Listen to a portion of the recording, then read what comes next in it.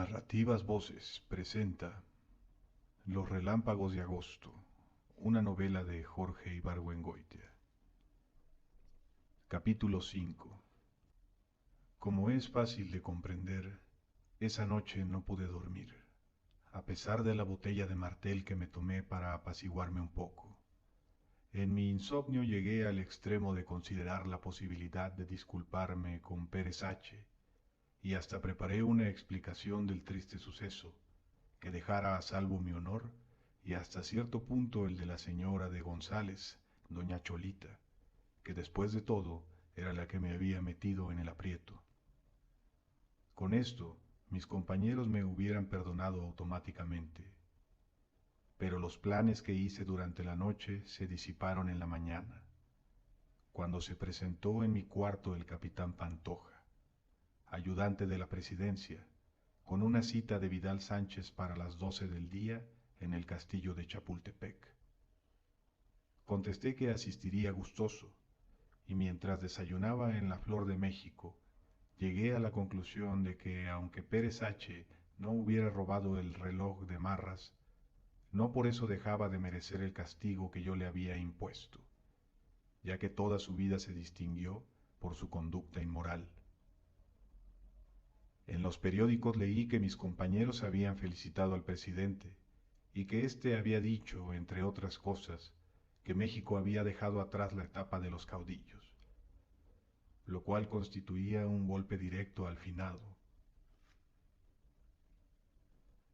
Después de comprar algunos juguetes para mi numerosa prole en el Jonuco y algunas cosillas que me había encargado Matilde, mi mujer, abordé un forcito que me condujo al castillo de Chapultepec. Vidal Sánchez me recibió en su despacho con una rapidez que me hizo sospechar alguna treta, como en efecto la había. ¿No estabas entre los que vinieron a saludarme ayer, Lupe? Me dice de tú porque serví a sus órdenes durante la desastrosa campaña de la lechuga. Era un jefe despótico y un pésimo estratega. Le dije que la razón de mi ausencia había sido un fuerte resfriado, lo cual era casi verdad, porque si no me enfermé después de la empapada del panteón fue por milagro. Yo quiero ser tu amigo, Lupe, me dijo, textual, y luego, sé que eres un hombre sincero y quiero que me digas qué opinas de Eulalio. Con el valor civil que siempre me ha caracterizado, le dije lo siguiente: ese individuo no tiene energía bastante, con otras palabras, ni es simpático, ni tiene méritos en campaña. Nunca podrá hacer unas elecciones libres. ¿Pero quién quiere elecciones libres? Textual. Yo me escandalicé ante tanto descaro y le recordé los postulados sacrosantos de la revolución. Él me contestó: ¿sabes a dónde nos conducirían unas elecciones libres? Al triunfo del señor obispo.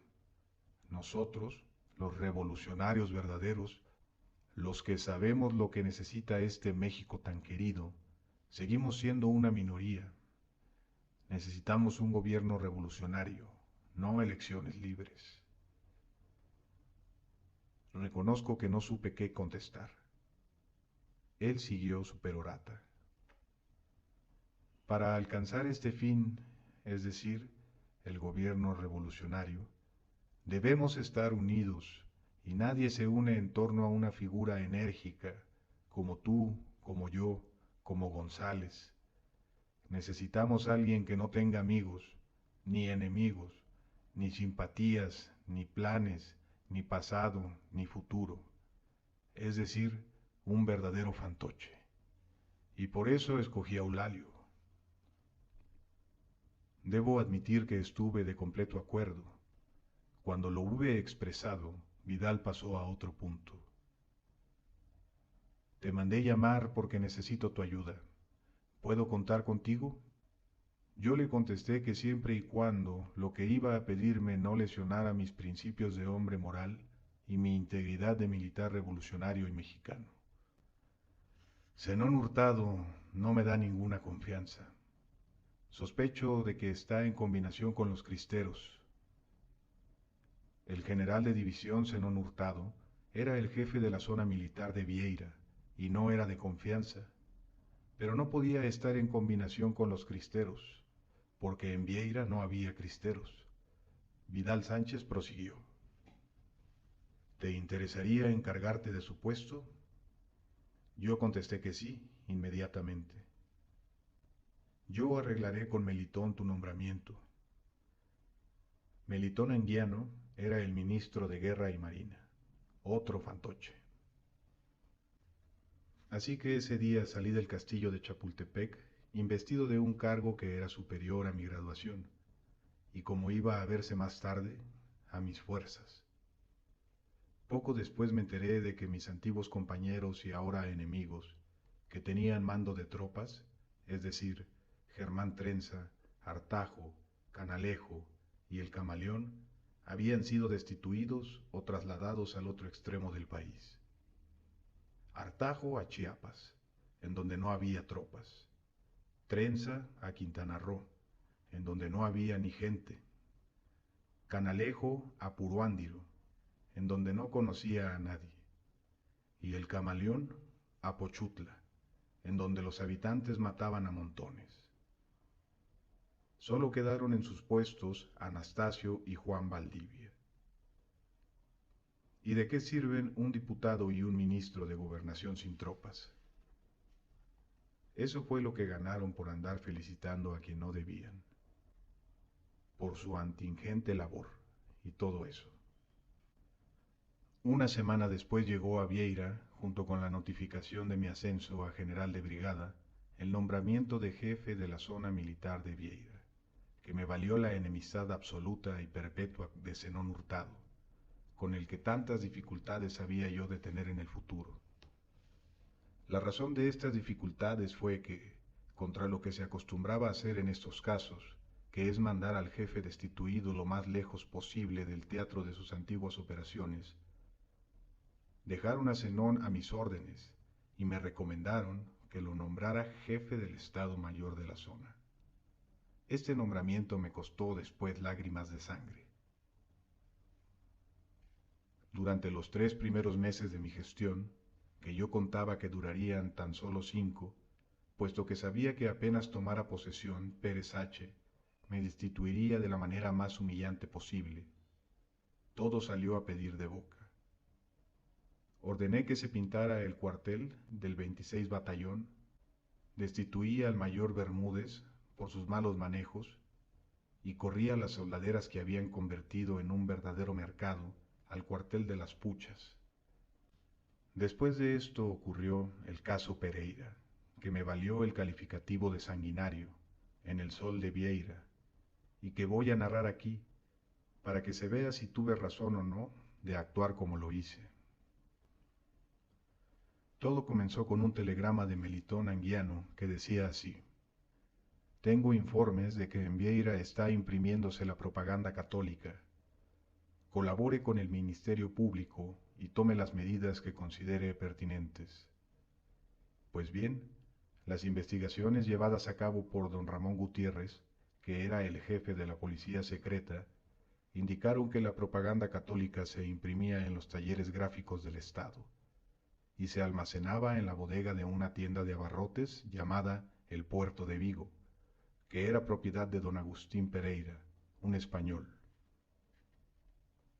Con una compañía de infantería hicimos varias aprehensiones en los talleres, y habiendo dejado a los detenidos a buen recaudo, me dirigí en mi automóvil con don Ramón y un asistente al puerto de Vigo, que estaba rodeado por otra compañía de infantería. Cuando llegamos a las cercanías del lugar, vino el capitán Sarasúa a decirme que el propietario de la tienda no los dejaba entrar en la bodega porque no llevaban orden de allanamiento. En efecto, se nos había olvidado recabarla del juez. Dígale al propietario que aquí está el jefe de la zona militar, que tenemos que investigar en su bodega. Fue Sarasúa a cumplir mis órdenes y regresó poco después a decirme que don Agustín Pereira se había expresado despectivamente de mi investidura. Bastante alterado, debo confesarlo, Bajé del automóvil y entré en la tienda. Repítame lo que le dijo al capitán, si es tan valiente, le ordené.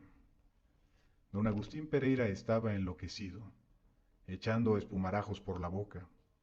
En vez de repetirme lo que le había dicho al capitán, tomó una longaniza y me la arrojó en la cara. El capitán Sarasúa sacó su pistola, por lo que pudiera ofrecerse, pero yo no. Lo único que hice fue conminar perentoriamente al alienado hispano, que, en vez de obedecerme, empujó una enorme jarra de vidrio repleta de chiles en vinagre que estaba sobre el mostrador, haciéndola volcarse, despedazarse en el piso y bañarnos con sus contenidos a don Ramón, al capitán y a mí. Mis soldados lo aprendieron inmediatamente. El hombre había ido demasiado lejos. Ordené que se le hiciera un juicio sumario y que se le pasara por las armas. La orden fue cumplida al pie de la letra. Si don Agustín Pereira hubiera sido mexicano, nadie hubiera dicho nada.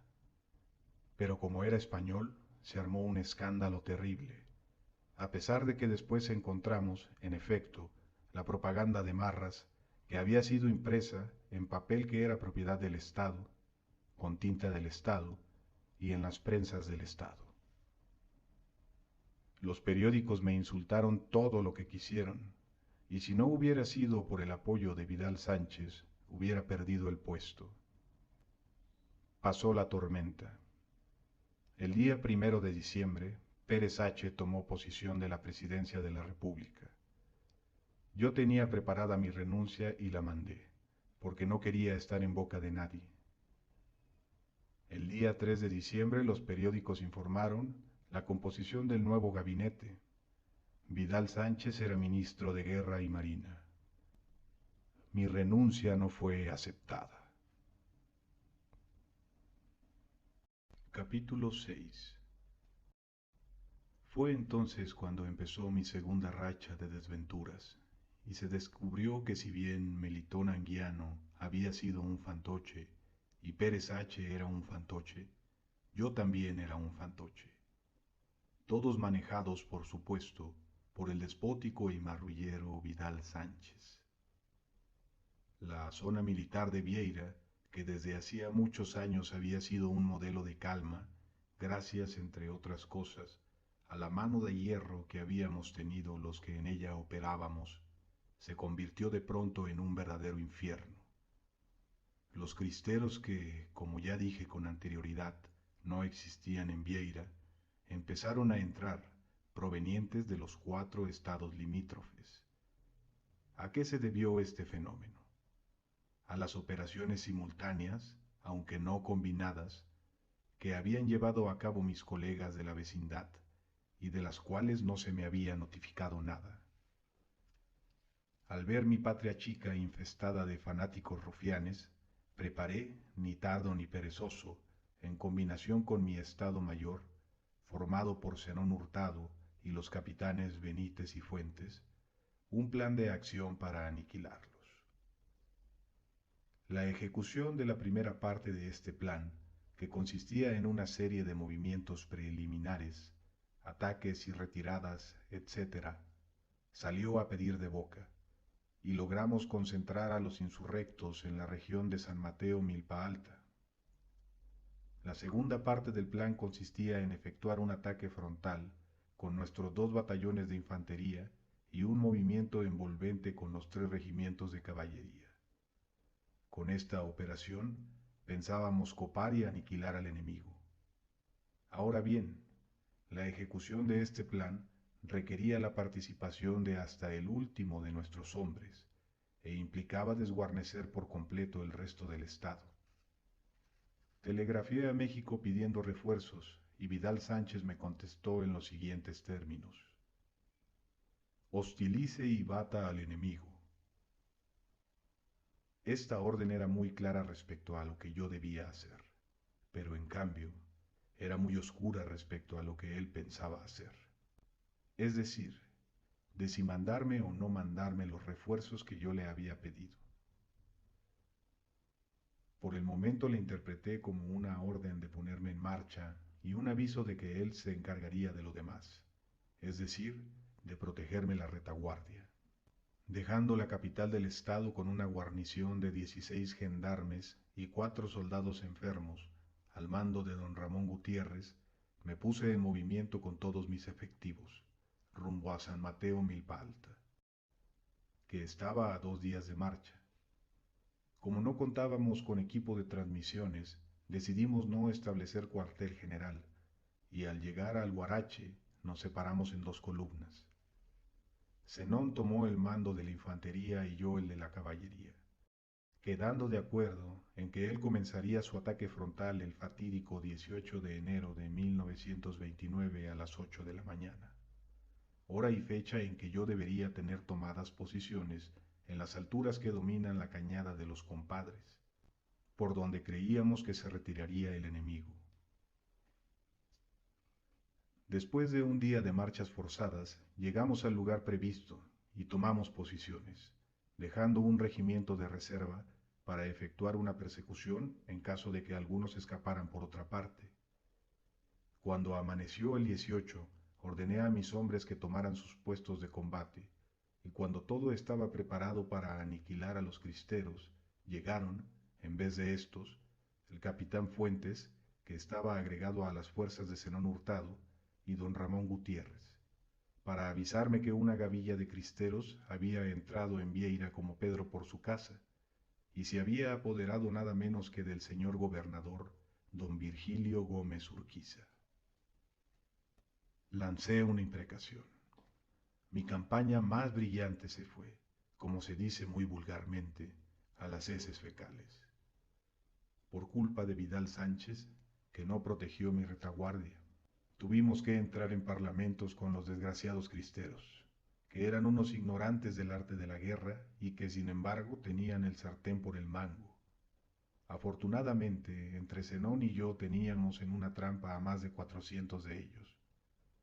Los trocamos por el señor gobernador y se fueron al estado de Apapátaro a darle guerra a Baldomiano Chávez, que era el jefe de la zona militar de ahí. Tuve que ir a México a defenderme, a explicarle mi actuación a Vidal Sánchez, que era culpable de que hubiera sido un fracaso. Me iban a formar consejo de guerra, pero él se opuso, por supuesto, porque sabía que yo iba a sacarle los trapitos al sol. Don Virgilio, el gobernador, estaba muy bravo, protestando por mi inexperiencia, pero Vidal lo mandó llamar y le cayó la boca. Yo me arrepentí de no haber llevado a cabo mi operación como estaba planeada y dejado que los cristeros hicieran con él lo que les hubiera dado la gana. Al fin y al cabo, fue el gobernador más incompetente que haya tenido Vieira, que de por sí ha sido un estado mártir en sus gobernantes. Presenté mi renuncia, como se acostumbra en esos casos, que fue rechazada por segunda vez. Regresé a Vieira y se le echó tierra al asunto. Capítulo 7. Esto, como ya he dicho, ocurrió en enero y febrero de 1929. En marzo y previa convocatoria de Pérez H. comenzó la lucha electoral. El primer bombazo fue la publicación del testamento político de González. Hasta después se descubrió que era apócrifo, que llevó a mis antiguos compañeros y entonces enemigos a una muy buena situación, especialmente a Juan Valdivia. El texto de este documento no viene al caso, pero sus consecuencias fueron las siguientes. Juan Valdivia renunció al Ministerio de Gobernación y la Cámara lo habilitó especialmente como candidato a la presidencia de la República. Artajo regresó a la zona militar de Sonora, Trenza a la de Tamaulipas, Canalejo fue nombrado comandante de la Plaza de Monterrey y el Camaleón pasó a Irapuato con el cargo de jefe de operaciones. Como quien dice, eran dueños del norte del país y de los ferrocarriles. Para apoyar la candidatura de Juan Valdivia se formaron 2 partidos, el PRIR, Partido Reivindicador de los Ideales Revolucionarios, presidido por el Gordo Artajo, y el PIIPR, partido de intelectuales indefensos pero revolucionarios, presidido por el famoso escritor y licenciado, y también general de división, Giovanni Pitorelli, que a pesar de su nombre, era mexicano por los cuatro costados. Así estaban las cosas. Yo no pensaba participar en la lucha política, porque después de todo, ya bastantes dificultades había tenido en los últimos meses. Pero en esos días recibí una circular que me haría cambiar mi decisión. Decía así: preséntense en la capital para participar en la reunión de jefes de zona militar, que se llevará a cabo los días, aquí decía la fecha, con objeto de fijar las directivas de las operaciones militares durante las próximas elecciones. Estaba firmado por Vidal Sánchez. Hice por enésima vez el viaje a la capital de la República sin darme cuenta de que, como todos los anteriores, sería otro paso en mi acelerada trayectoria hacia la catástrofe. Al llegar a la estación Colonia, me di cuenta, con no poca sorpresa, de que Artajo y Germán Trenza estaban esperándome en el andén. Aunque por un momento pretendí no reconocerlos, ellos abrieron los brazos y entonces comprendí que el compañerismo puede más que ninguna de las bajas pasiones que se agitan en el pecho de los militares. Nos abrazamos efusivamente, completamente reconciliados.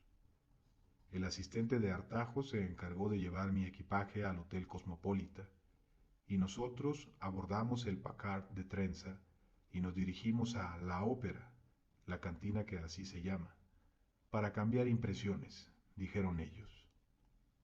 Debí habérmelo esperado. Vieira era una zona militar lo bastante importante como para que yo me volviera un partidario apetitoso.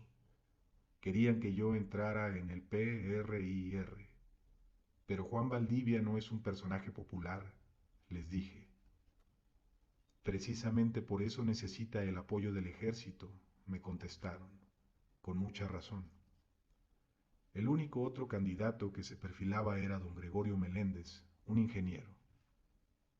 Un ingeniero nunca ganará unas elecciones en México, me dijo Trenza. Acuérdate de lo que pasó con Bonilla. Todos sabemos lo que pasó con Bonilla, por eso acepté. Cuenten conmigo, les dije.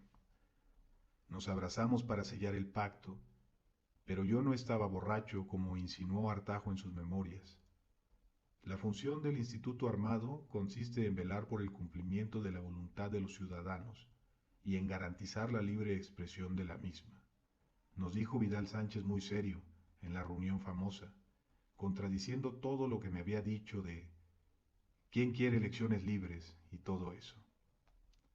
Es por eso que desde ahora queda terminantemente prohibido a todos los militares con mando de fuerzas el pertenecer a cualquier partido político. Todos nos quedamos callados. Estábamos en una mesa larga y él en la cabecera. Nadie se atrevía a expresar sus opiniones delante de otros 30 colegas. Esto que estoy diciendo no es una orden. Siempre era lo mismo. Decía, queda terminantemente prohibido y después, no es una orden, sino una consulta. ¿Puedo contar con la colaboración de ustedes? Todos contestamos que sí, por supuesto. Después nos fuimos a casa de Juan Valdivia para ver cómo le dábamos la vuelta a nuestra promesa. Más valía perder el prestigio del partido que las jefaturas de zona. La solución era muy fácil.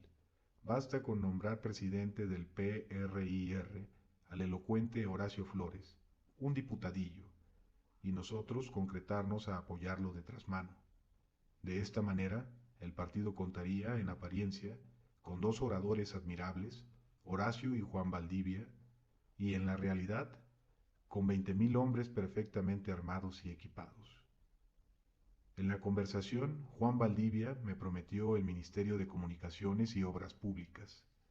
Artajo se quedaría en Guerra y Marina y Trenza en Gobernación. Después de tan trascendentales conclusiones, regresé a Vieira lleno de optimismo. Organizamos una delegación del partido por medio de Filemón Gutiérrez, que era un muchacho muy hábil, hijo de don Ramón, por cierto, y con los fondos proporcionados por un rico hacendado que le tenía ganas a la gubernatura del estado, hicimos una gigantesca manifestación para celebrar la llegada de nuestro candidato, que andaba en su gira política. Juan Valdivia llegó a Vieira el 23 de abril y en la estación echó un discurso elocuentísimo, prometiéndoles a todos sus simpatizadores reforma agraria y persecución religiosa, lo que nos costó perder el apoyo del antes mencionado hacendado.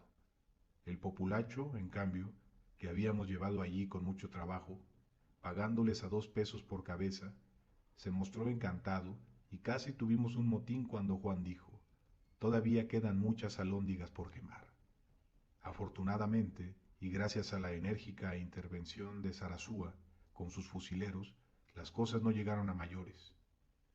Lo de las alhóndigas, huelga decirlo, era una alusión a lo que sucedió en la de Granaditas en el 810. Procura no ser tan radical en tus discursos, Juan, le dije durante el banquete que le ofreció la Unión de Cosecheros en el Casino de Vieira. Y él me obedeció, comprendiendo la sensatez del consejo que yo le daba. Al final del banquete dijo otro discurso en el que prometió créditos y seguridad en el campo, que le valió una estruendosa ovación de los allí presentes. Juan era un candidato perfecto, tenía una promesa para cada gente y nunca lo oí repetirse, ni lo vi cumplir ninguna, por cierto. En esos días precisamente, mientras Juan andaba en el estado visitando pueblos, recibí de Guerra la notificación siguiente. Se hace del conocimiento de todos los jefes, oficiales y tropas del Ejército Nacional que el ciudadano general de división Melitón Anguiano se hará cargo de esta dependencia, en sustitución del ciudadano general de división Vidal Sánchez, que renuncia a su cargo para dedicarse a la actividad política. La noticia fue un mazazo para mí. No solo quedaba en veremos otra vez mi puesto, porque había que renunciar, como se acostumbraba en estos casos, sino que había que contar en el campo político con un posible contrincante mucho más temible que Gregorio Meléndez. Inmediatamente me dirigí al Hotel Francés, en donde se hospedaba Juan Valdivia durante su gira por el estado. No puede lanzar su candidatura, me dijo Juan muy perplejo cuando le di la noticia. Sería anticonstitucional. Yo no hallaba qué hacer, si mandar mi renuncia o esperar a que me la pidieran. Deja que averigüemos cómo están las cosas, me dijo Juan con mucha razón. En una de esas te la aceptan, ¿y qué hacemos después?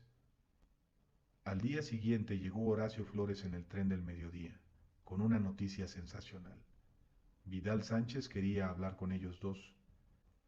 Juan Valdivia dio por terminada la gira, que apenas había comenzado, y regresó a México a parlamentar. Yo, que seguía sin saber qué hacer de mi renuncia, consulté telegráficamente con Germán Trenza, que me contestó en estos u otros términos semejantes. No renuncies, déjalos que nos corran si se atreven. Seguí su consejo, porque comprendí que tenía razón. No se atrevieron a corrernos. Capítulo 8.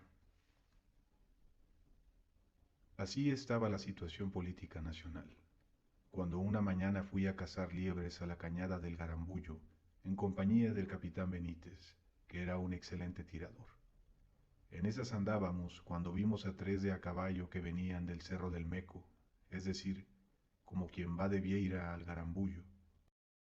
Uno de ellos 3 es Trinidad, me dijo Benítez. Trinidad era mi asistente. Los otros 2 venían de civil, pero con sombrero tejano, así que debían ser militares. Cuando se acercaron vimos que eran Germán Trenza y Anastasio Rodríguez. Traían unas caras largas, pero no estaban de mal humor, así que no supe si las noticias iban a ser buenas o malas. Nos fuimos a hablar abajo de unos pirules, lejos de Trinidad y Benítez. Vidal quiere formar un partido único, me dijo Trenza. La noticia no me fulminó, porque no sabía yo lo que esto iba a significar. ¿Cómo es eso?, le pregunté.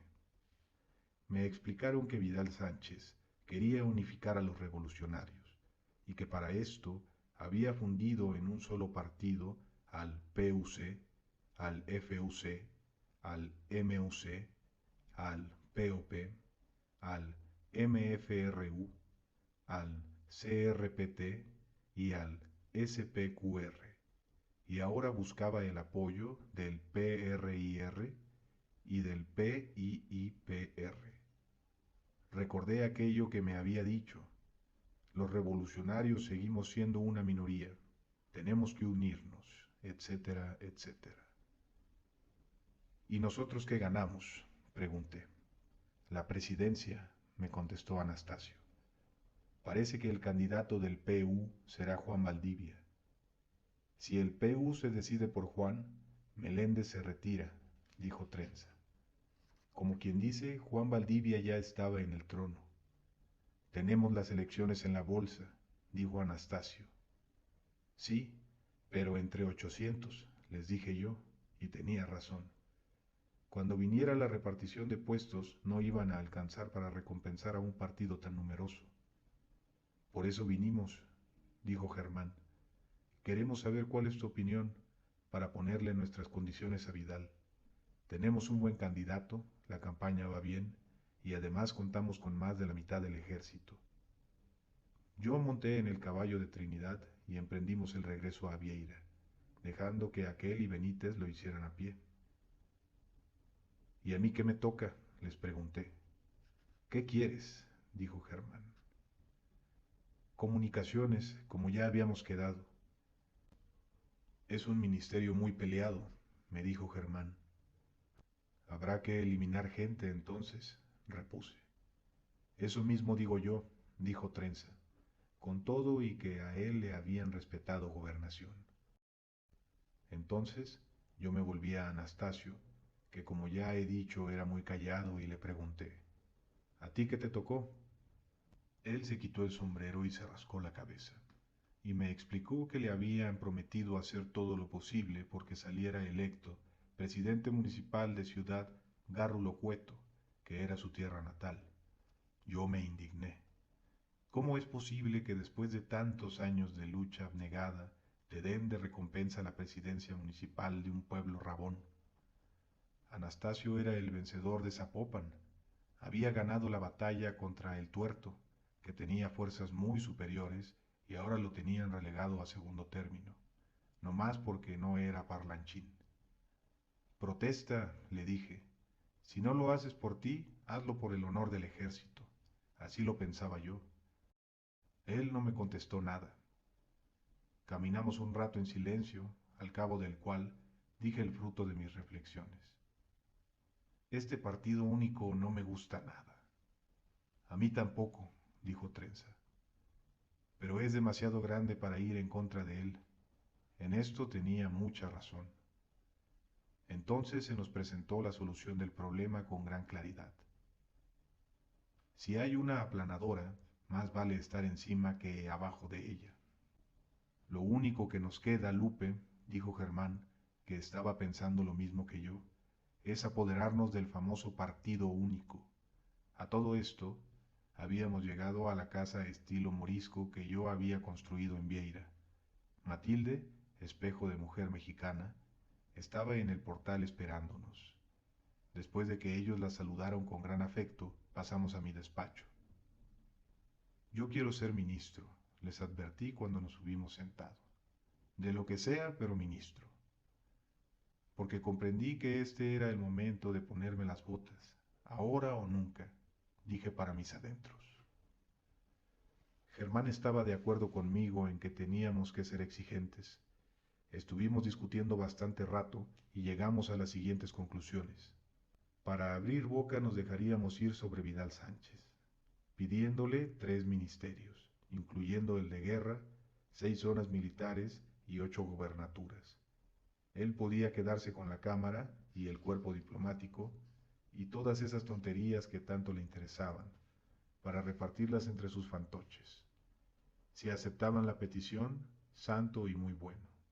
En el caso contrario, es decir, en el caso de que nos regateara, nosotros podíamos trazar por menos, en principio, y después llevaríamos a cabo la siguiente maniobra, por medio de Maximiliano Cepeda, que era un individuo ruin y sin escrúpulos, desprovisto de toda virtud cívica y hasta varonil, y que, sin embargo, gozaba con un gran prestigio de luchador incansable e íntegro. Pensábamos formar de trasmano un partido villano, que tendría la función de lanzar la candidatura del Chícharo Hernández, que era, como quien dice, el padre de la política obrera. Los partidos socialistas, es decir, el MFRU, el CRPT y el SPQR, se verían obligados a salir del PU para apoyarla, y de esta manera quedarían automáticamente eliminados, porque huelga decir que el Chícharo Hernández no tenía la menor probabilidad de salir electo presidente, ya que contaba con un veto tácito de los Estados Unidos por su actitud radical. Después pedimos la comunicación con México y cuando nos la dieron, le explicamos a Juan Valdivia por teléfono las conclusiones a que habíamos llegado. Él estuvo de acuerdo y le pareció que habíamos tenido una idea magnífica. Ahora mismo voy a proponerlo a Vidal, me dijo y colgó el teléfono. Nosotros fuimos al casino y cuando estábamos pidiendo la comida vino el lagarto, que era el encargado, a avisarme que había un telefonema para mí de larga distancia. Los tres nos levantamos de la mesa y corrimos al lugar en donde se encontraba el aparato. Era Juan otra vez. No entiendo qué pasa, me dijo. Aceptó todas nuestras condiciones. Debió darnos mala espina tanta facilidad, pero por lo pronto lo único que hicimos fue ponernos muy contentos. Nunca se nos ocurrió que si nosotros habíamos pasado 2 horas pensando cómo eliminar gente, Vidal Sánchez llevaba 6 meses en las mismas. Esa noche la pasamos en casa de doña Aurora Carrasco, en sano esparcimiento.